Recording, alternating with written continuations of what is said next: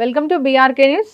So జనరల్గా నిద్రలేమి సమస్య చాలా మందిని ఇబ్బంది పెడుతున్న ప్రాబ్లం. అయితే సరిగా నిద్రపోకపోతే వచ్చే అనారోగ్య సమస్యలు చాలానే ఉంటాయి. నిద్ర అనేది ఎందుకు పట్టదు, సరైన నిద్ర కోసం ఏం చేయాలి, పూర్తి వివరాలు తెలుసుకుందాం. ఈరోజు మనతో పాటు ఉన్నారు ప్రముఖ internal medicine specialist doctor Rajesh Ukkala గారు. డాక్టర్ గారు నమస్తే అండి. నమస్తే. డాక్టర్ గారు, జనరల్గానే నిద్రలేమి సమస్య, నేను కూడా చాలా లేట్గా పడుకుంటాను, 12 గంట అయినా నిద్ర పడదు, ఫోన్ చూస్తూ ఉంటాము. ఎందుకండి ఈ నిద్రలేమి సమస్య ఇంతలా పెరిగిపోయింది అసలు? సో బేసిక్లీ మీరు ఓవర్ ద ఇయర్స్ చూసుకుంటూ వస్తే ఈ నిద్ర సమస్య మేబీ లాస్ట్ 10 yearsలో ఎక్కువగా కనిపిస్తుంది. దానికన్నా ముందు అంత ఎక్కువగా ఉండేది. సో మీరు చెప్పే ఇంట్రడక్షన్లోనే నేను ఫోన్ చూస్తూ పడుకుంటాను అన్నారు. సో సైన్స్ ప్రకారం చూస్తే ఎప్పుడైతే ఈ ఫోన్ గ్యాజెట్ వాడతామో దీంట్లో బ్లూ లైట్ ఉంటుందంట. ఈ బ్లూ లైట్ బ్రెయిన్ని బాగా స్టిమ్యులేట్ చేస్తుంది, యాక్టివిటీని పెంచుద్ది. తర్వాత ఈ నిద్రపుచ్చే హార్మోన్ ఏదైతే ఉంటుందో మెలటోనిన్ అంటాం, దాన్ని అణిచివేతకు గురవుతుంది. సో మెలటోనిన్ సరిగ్గా సెక్రీట్ కాదు. ఆ కారణంగా ఆన్సెట్ ఆఫ్ స్లీప్ అనేది లేట్ ఉంటుంది.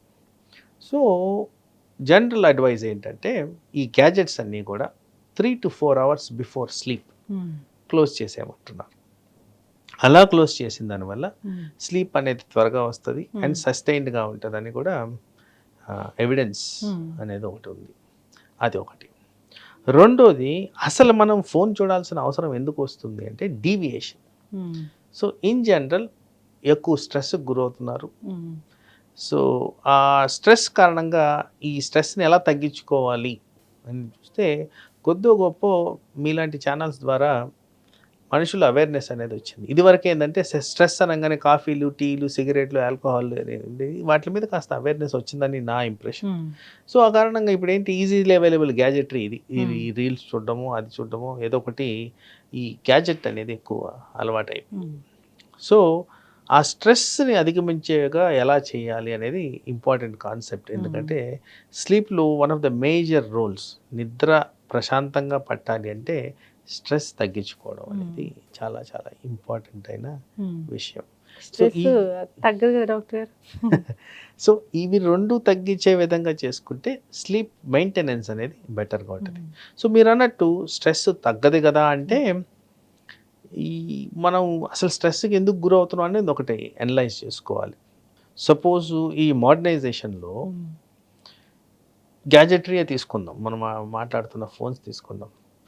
జస్ట్ 10,000కి వచ్చే ఫోన్ ఉంటుంది, ₹1,00,000 వచ్చే ఫోన్ కూడా ఉంటుంది.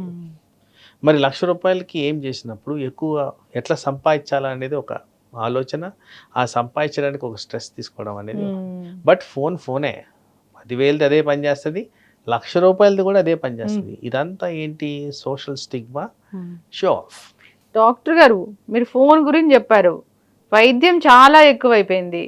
అట్లా అంటే అడ్వాన్స్ ట్రీట్మెంట్ కావాలనుకుంటాము, మీరేమో పెద్ద పెద్ద ఎక్విప్మెంట్స్ తెచ్చి మాకు ట్రీట్మెంట్ ఇవ్వాలంటే మీకు కష్టం అని, లేదంటే ట్యాక్స్లు అని ఎక్కువగా పడుతూ ఉంటాయి. సో ఆ భారం అంతా మళ్ళీ పేషెంట్స్ మొయ్యాల్సిన పరిస్థితి ఉంటుంది. అది కూడా స్ట్రెస్సే మాకు.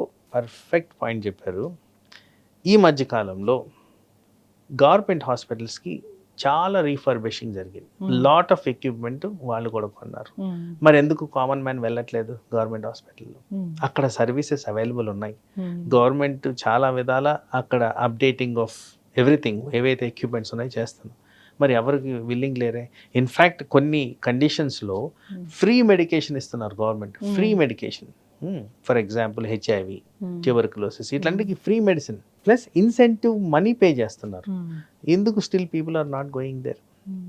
సో ఇక్కడ ఏంటంటే లగ్జరీకి అలవాటు పడారు. సో సోషల్ స్టిగ్మా ఒకటి తీసుకుందాం.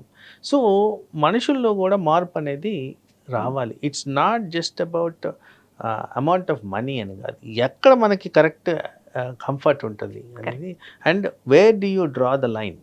ఇప్పుడు మీ కంఫర్ట్ లెవెల్స్ ఏంటి అనేది ఒకసారి మనం ఆలోచించుకుంటే దాని ప్రకారం మనము స్ట్రెస్ని తగ్గించుకోవచ్చు. ఎందుకంటే ఎక్కువ శాతం stress is running after money, దాని కారణంగానే వస్తుంది. Correct doctor. సో ఎప్పుడైతే మీరు అది తగ్గించుకుంటారో ఆబ్వియస్గా మీ డే టు డే యాక్టివిటీలో చాలా రిలాక్సేషన్ అనేది ఉంటుంది. ఎవరైనా ఇప్పుడు చూడండి, చాలా మటుకు ఈ హెల్త్ రిలేటెడ్ ప్రాబ్లమ్స్ ఎవరికైతే వస్తున్నాయో వీళ్ళందరికీ ఒక కాంపోనెంట్ ఆఫ్ స్ట్రెస్ అనేది మేజర్గా ఉంటుంది.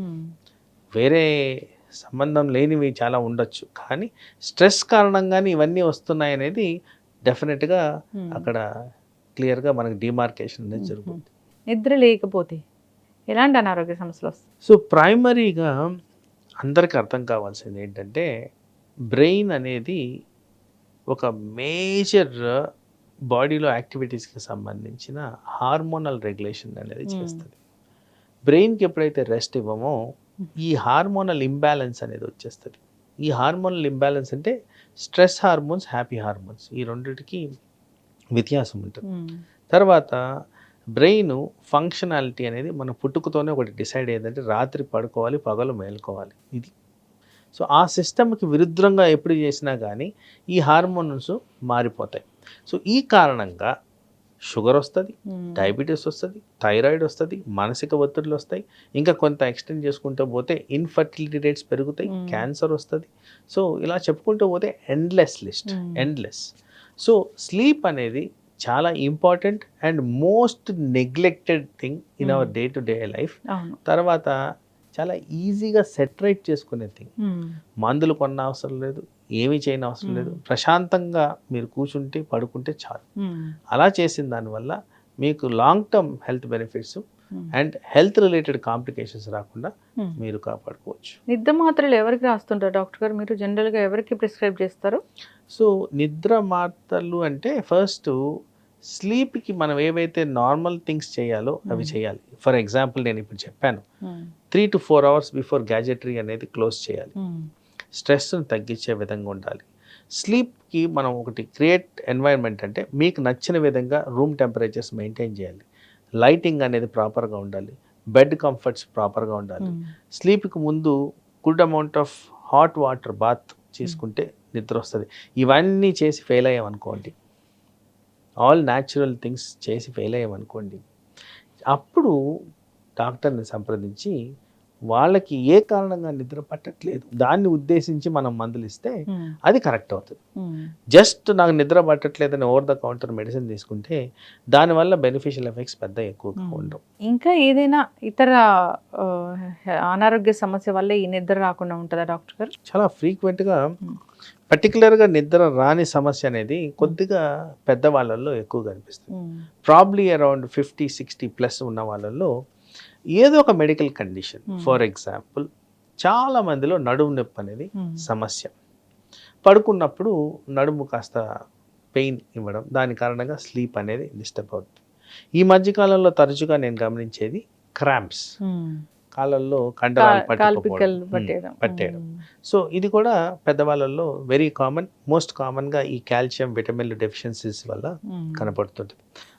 అలాగే పెద్దవాళ్ళలో పర్టికులర్గా మేల్ పీపుల్స్లో యూరినేషన్, ఫ్రీక్వెంట్ యూరినేషన్ అనే వల్ల స్లీప్ డిస్టర్బ్ అయ్యి డయాబెటీస్ ఉన్నా ఉండొచ్చు, హార్ట్ ఫెయిలియర్లో ఉండొచ్చు, చాలా కండిషన్స్ ఉన్నాయి, బ్లడ్ ప్రెషర్లో ఉండొచ్చు, యూరిక్ యాసిడ్ పెరిగినందుకు ఉండొచ్చు. సో అలా చెప్పుకుంటూ పోతే లిస్ట్, దీనికి కూడా పెద్ద లిస్ట్ ఉంది. వాళ్ళు వాడుతున్న మెడిసిన్ వల్ల కూడా ఉండొచ్చు.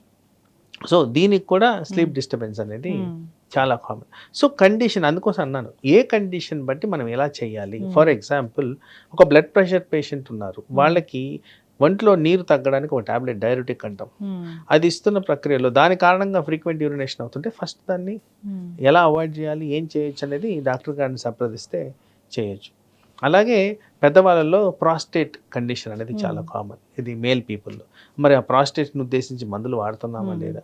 అలాగే మీరు అన్నట్టు డయాబెటిక్ పాపులేషన్, ఎవరికైతే షుగర్ కంట్రోల్ ఉండదో వాళ్ళకు కూడా ఫ్రీక్వెంట్ యూరినేషన్ ఉంటుంది, వాళ్ళలో ఫ్రీక్వెంట్ యూరిన్ ఇన్ఫెక్షన్ ఉంటుంది. మరి వీటిలన్నింటినీ నివారించే విధంగా మనం చేస్తున్నామా లేదా అనేది కూడా చూసుకోవాల్సిన అవసరం ఉంది. సో అలాగే ఈ డయాబెటిక్ పాపులేషన్ ఉన్న ఏరియాస్లో హార్ట్ ఇన్వాల్వ్మెంట్ ఎక్కువ, మరి హార్ట్ ఫెయిల్యూర్ అయినప్పుడు కూడా కాస్త యూరినేషన్ అనేది ఎక్కువ ఉంటుంది. సో ఇలా చెప్పుకుంటూ పోతే ఎండ్లెస్.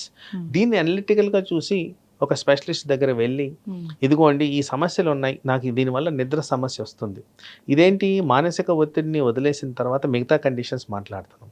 మానసిక ఒత్తిడి ఉంటే దానికి తగ్గట్టు మనము ఓరియంటేషన్ అనేది మెడిసిన్ అనేది ఇవ్వాల్సిన అవసరం ఇప్పుడు స్లీప్ కోసం క్లినిక్స్ కూడా వచ్చాయి డాక్టర్ గారు. ఎస్ ఒకప్పుడు అంటే వేరే దేశాల్లో చూసేవాళ్ళం. ఇప్పుడు ఎస్ ఏదంటే అది ఫ్రీ. ఇప్పుడు నేను అన్నట్టు లాస్ట్ 15 సంవత్సరాల్లో చాలా ఎక్కువగా ఎఫెక్ట్ అవుతుంది. ట్రెమెండస్ అమౌంట్ ఆఫ్ ప్రాబ్లం ఉన్నది స్లీప్తో. ఆ కారణంగా చాలా మందికి ఈ ఇష్యూస్ బాగా కనిపిస్తున్నాయి. అసలు నిద్రపోయే టైం అంటే ఏదండి? ఐడియల్ రికమెండేషన్ నేను ఎప్పుడు చెప్తున్నది 10 to 11 మధ్యన పడుకోవాలి, 5 to 6 మధ్యన లేవాలి. So that will account to about 7 to 8 hours of sleep which is recommended ఇంటర్నేషనల్గా.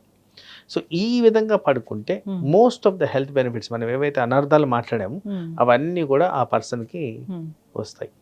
ఖచ్చితంగా డాక్టర్ గారు చాలా చక్కగా చెప్పారండి. నిద్ర లేమి సమస్య, నిద్ర లేకపోతే అనేక అనారోగ్య సమస్యలు వస్తాయి.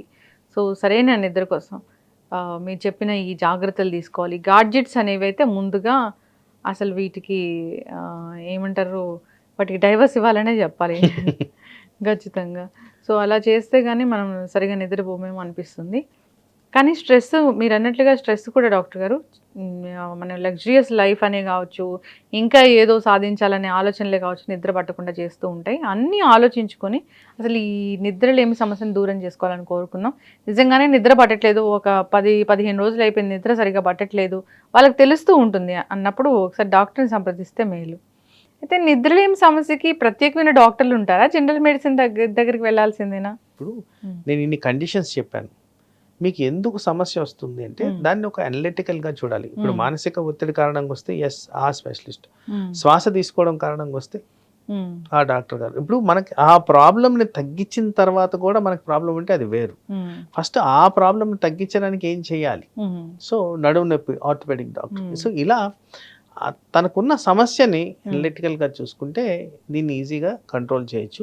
అలాగే మీరు అన్నట్టు ఇప్పుడు స్లీప్ క్లినిక్స్ వస్తున్నాయి, వాళ్ళు కూడా అనాలిసిస్ ఇలాగే జరుగుతాయి. వై, ఎందుకు నిద్ర రావట్లేదు, ఏ కారణంగా ప్రాబ్లం వస్తుంది, ఆ అనలిటికల్ దాంట్లో బట్టి మనం స్పెషలిస్ట్ రిక్వైర్మెంట్ ఉంటే తప్పనిసరిగా దాన్ని కన్సిడర్ చేయాల్సిన అవసరం ఉంటుంది. చక్కటి ఇన్ఫర్మేషన్ డాక్టర్ గారు. నిద్ర పట్టట్లేదు, కారణం తెలుసుకోవాలి, లేదా అనారోగ్య సమస్యలు వస్తున్నాయి అన్నప్పుడు ఒకసారి సంప్రదించాలని కోరుకున్నామండి. చక్కటి ఇన్ఫర్మేషన్. ధన్యవాదాలు.